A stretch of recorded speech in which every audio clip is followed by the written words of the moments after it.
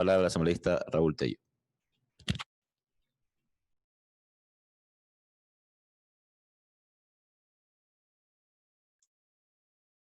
Un saludo fraterno desde la Amazonía, los colegas legisladores.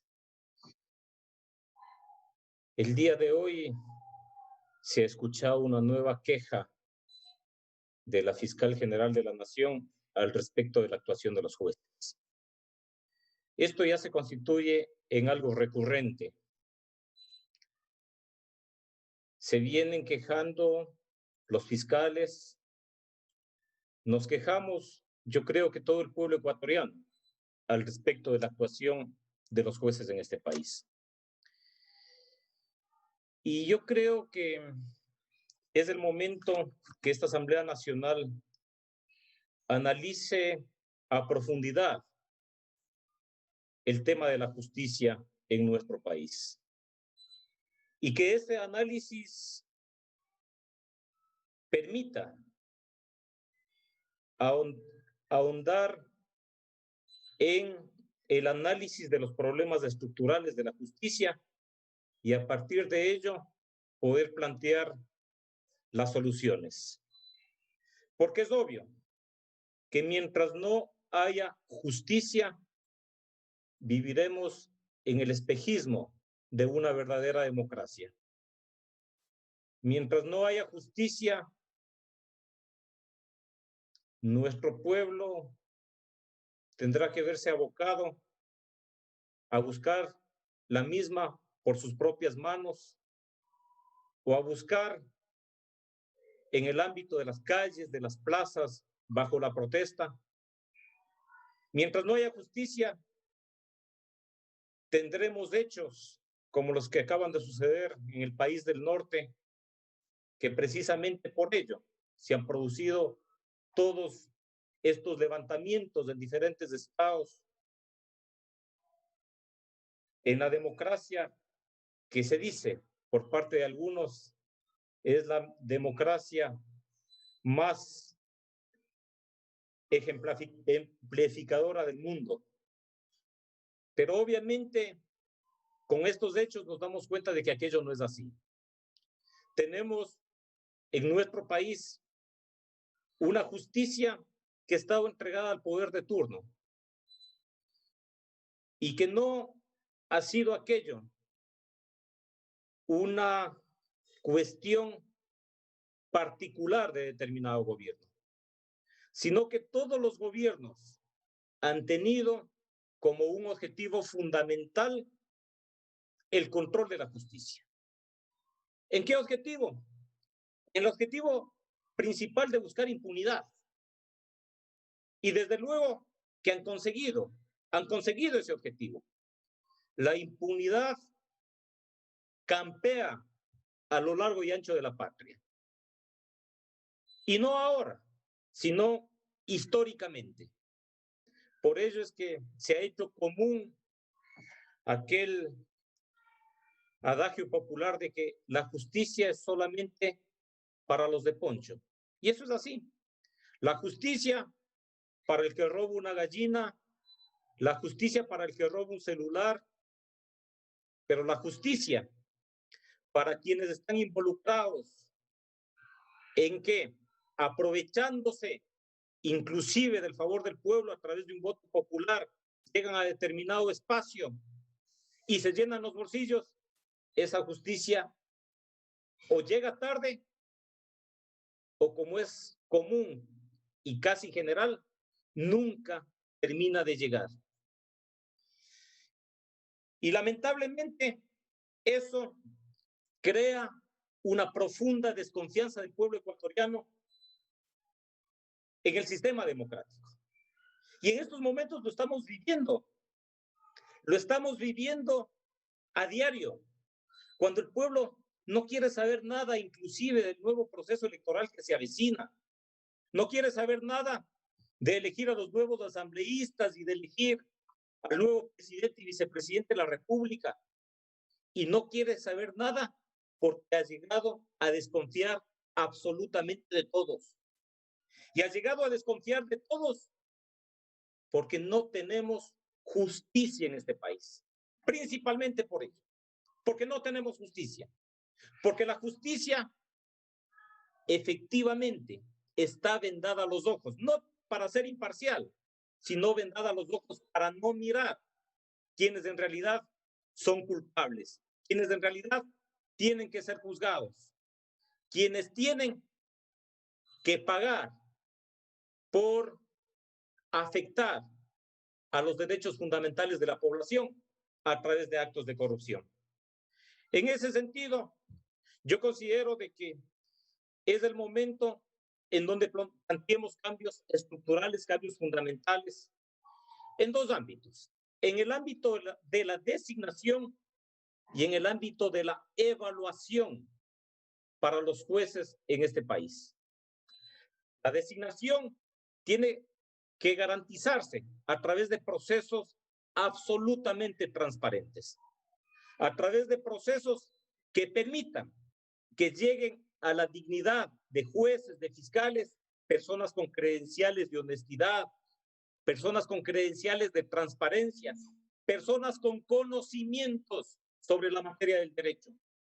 Que no podamos estar los ecuatorianos en manos de quienes venden, de quienes comercializan con las sentencias, con las resoluciones.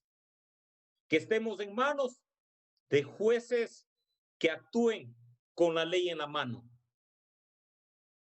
Entonces, para ello, tenemos que garantizar procesos absolutamente transparentes que impidan que desde el poder político se vuelva a meter la mano en la justicia ecuatoriana.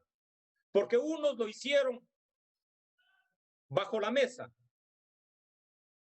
bajo la oscuridad de las sombras, y otros lo hicieron de manera absolutamente pública. Pero en cualquiera de los casos es cuestionable que desde el poder político se meta la mano en la justicia ecuatoriana. Y por otro lado, en el ámbito de la evaluación tiene que ser un proceso de carácter permanente para los jueces.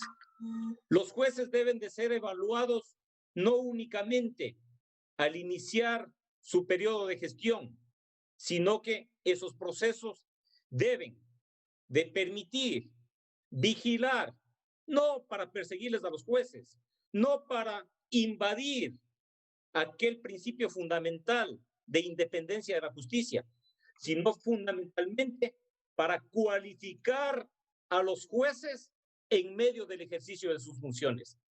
En ello, yo sí creo que a pesar de los cuestionamientos que puedan existir al respecto de la subjetividad o al respecto de la falta de reconocimiento legal de algo que se aplica en las Fuerzas Armadas y de algo que se aplica en la Policía Nacional, que es las famosas pruebas de confianza o las pruebas de polígrafo.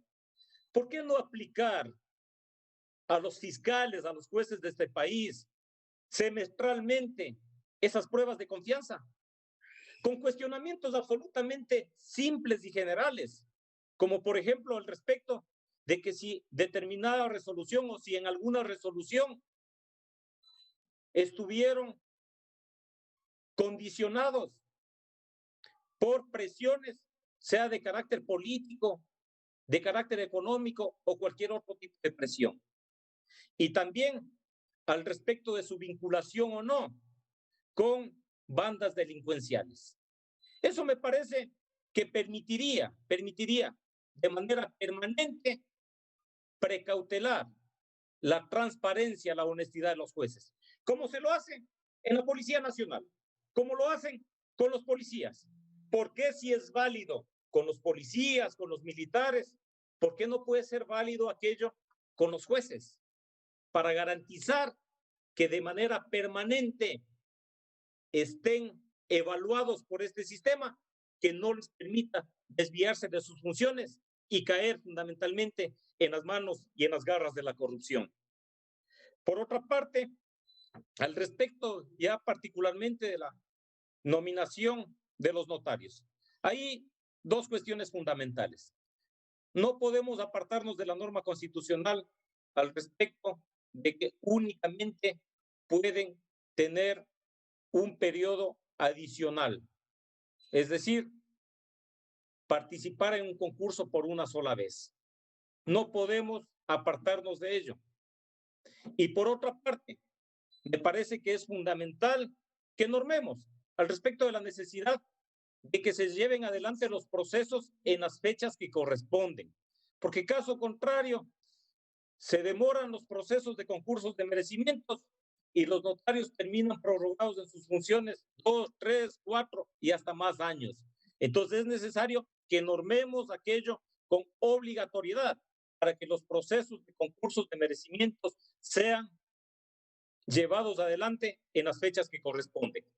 Yo quiero referirme rápidamente también a una situación que atraviesan los abogados del Ecuador en libre ejercicio y que me han hecho llegar algunos puntos de vista sobre dos cuestiones fundamentales. Primero, al respecto de la acción disciplinaria del Consejo de la Judicatura, que es el órgano administrativo de la función judicial, pero que a partir de la vigencia del Código Orgánico de la Función Judicial, con aspectos inconstitucionales desde el año 2009, se ejerce sobre los abogados de libre ejercicio de la profesión una situación de persecución, sin que los abogados de libre ejercicio sean parte del Consejo de la Judicatura o de esa función del Estado.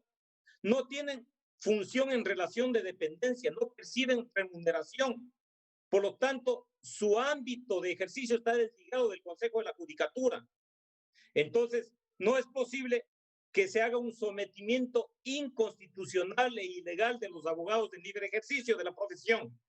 Es importante dejar claro que con la vigencia del Código Orgánico de la Función Judicial se pretendió además terminar con los colegios de abogados del país, para cuyo fin se creó el Foro de Abogados, al que obligatoriamente deben inscribirse todos los profesionales del derecho a partir precisamente del 9 de marzo del 2010, según así lo dispone la 8ª disposición transitoria del Código Orgánico, como requisito previo para el otorgamiento de su credencial profesional, que le habilite ejercer la abogacía en los tribunales y juzgados de la República.